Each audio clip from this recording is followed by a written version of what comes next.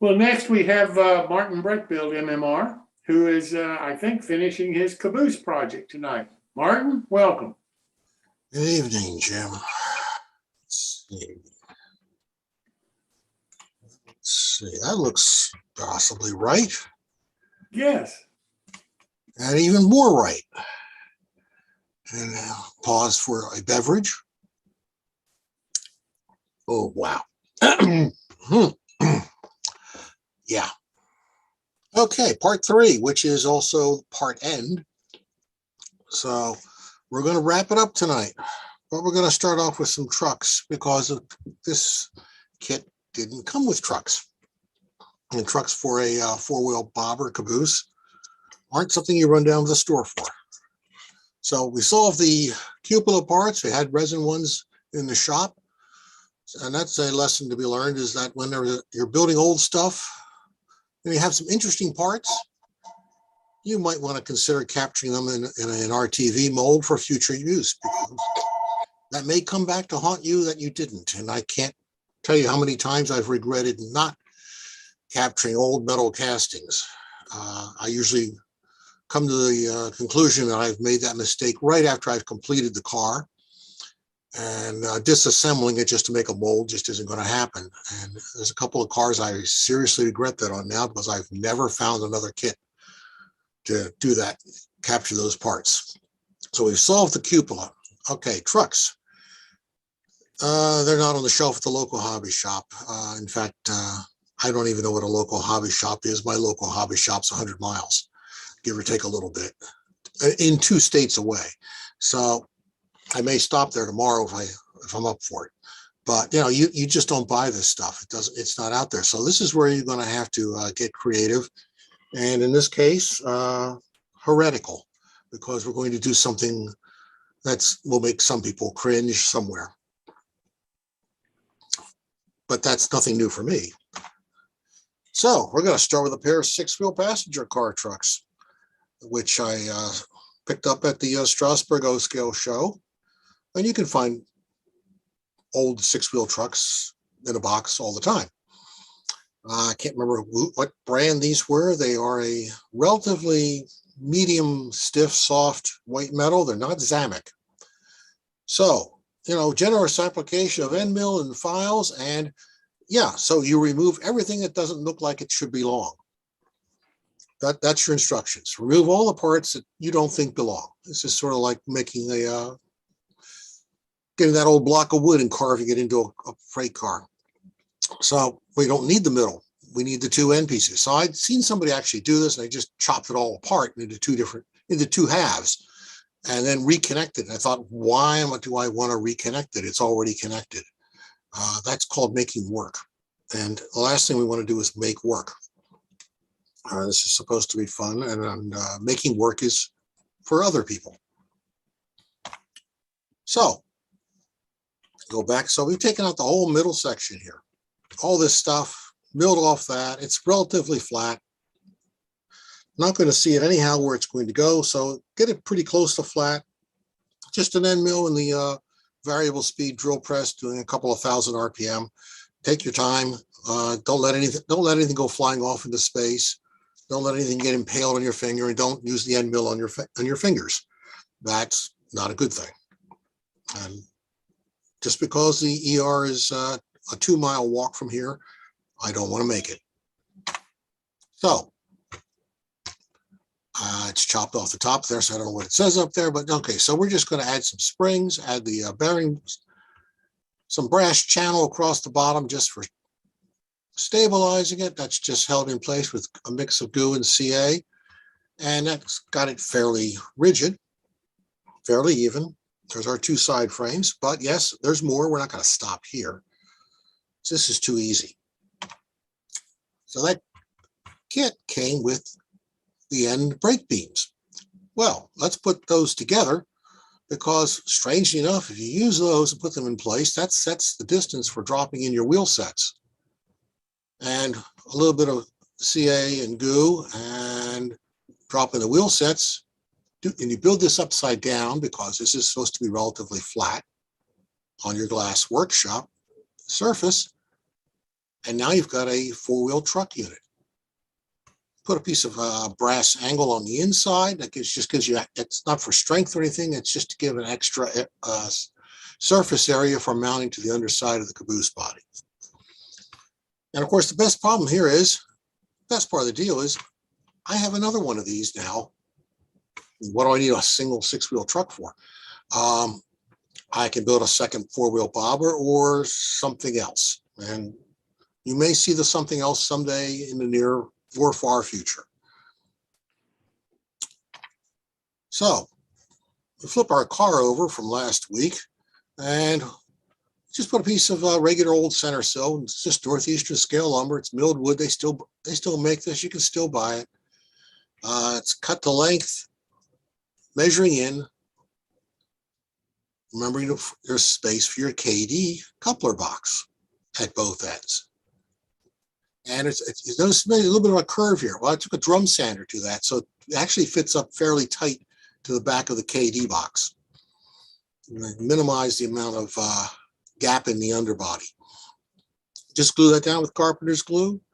Drop in the K-brake casting. I kept it. I decided, no, we'll just use that. You're barely going to be able to see it, if at all. And here's our truck ready to install. So we're just going to put a bunch of goo, not a bunch, but a film of goo on the metal, put it in place, take it back off, add CA, drop it back in place, flip it over, let the little bit of weight in this body sit on it, come back tomorrow. We're not in any rush. Well, I mean, you could work on it 15 minutes, but it was probably close to midnight by the time I said that, so it was time to go back tomorrow. Anyhow, there's no real rush to doing anything. I like to do 4 other projects anyhow at the same time, so letting the glue dry is a good excuse to go do something else for a while. Okay, so we have all our parts. We got a cupola, we got a truck, we got a body. Just put it all together now. And there it is.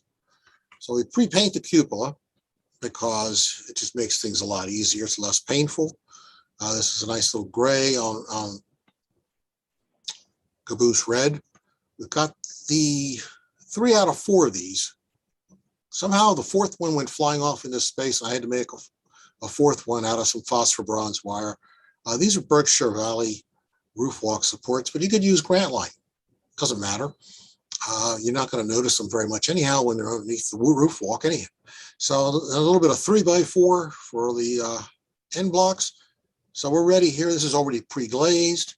Don't have to do anything. It's set to go. And the bobber truck is installed. It rolls nicely. Wheels are in. Oh yeah, you got to be careful putting the wheels in. Make sure you do put the insulated ones on the same side. If you don't, you're going to have to take that all apart. And there will be colorful language, strong drink, and a broken caboose, which you may or may not be able to put back together. So get it right the first try. Okay, so we've got our roof walk supports. Our roof is ready. We've got a cupola roof. That's just some scrap scribe siding with the scribe side down. So if you actually flip it over and look, you'll see all the little board lines on the ends. You're going to cover it up this side anyhow, so you don't care what it looks like. So the unscribed facing up is perfectly fine. So we cover it all up with canvas and ready to tar. This canvas is my usual use of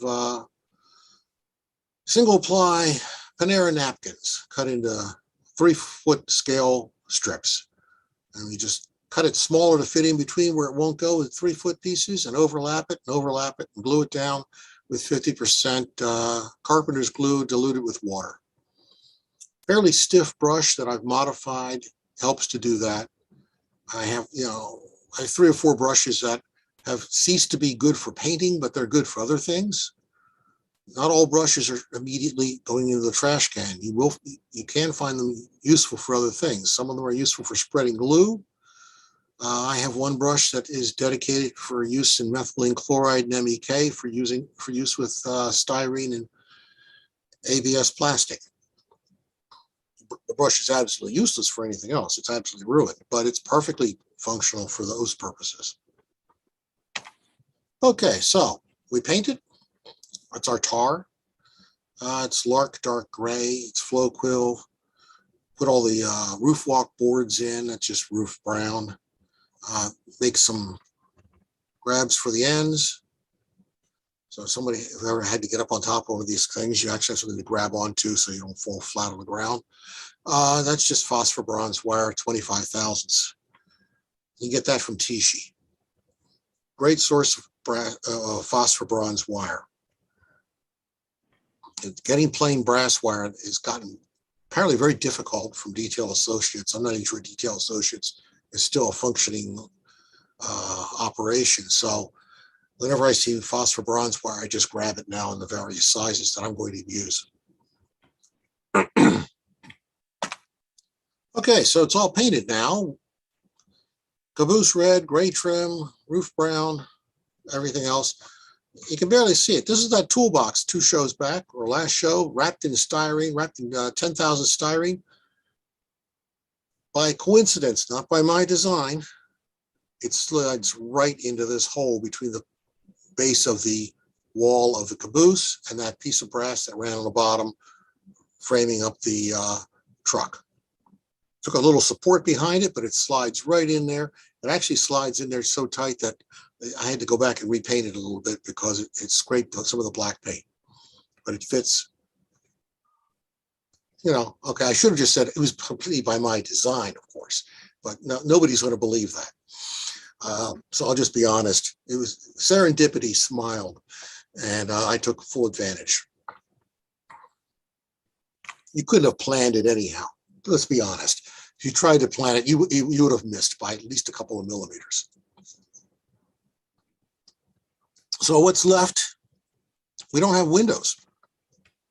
I left those windows out. So they're still, you know, what, 2 shows back, I painted the windows and glazed them.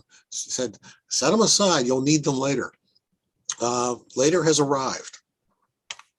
And, you know, pretty much not much here to be seen. It's all just painted black, brown, dark gray, and caboose red.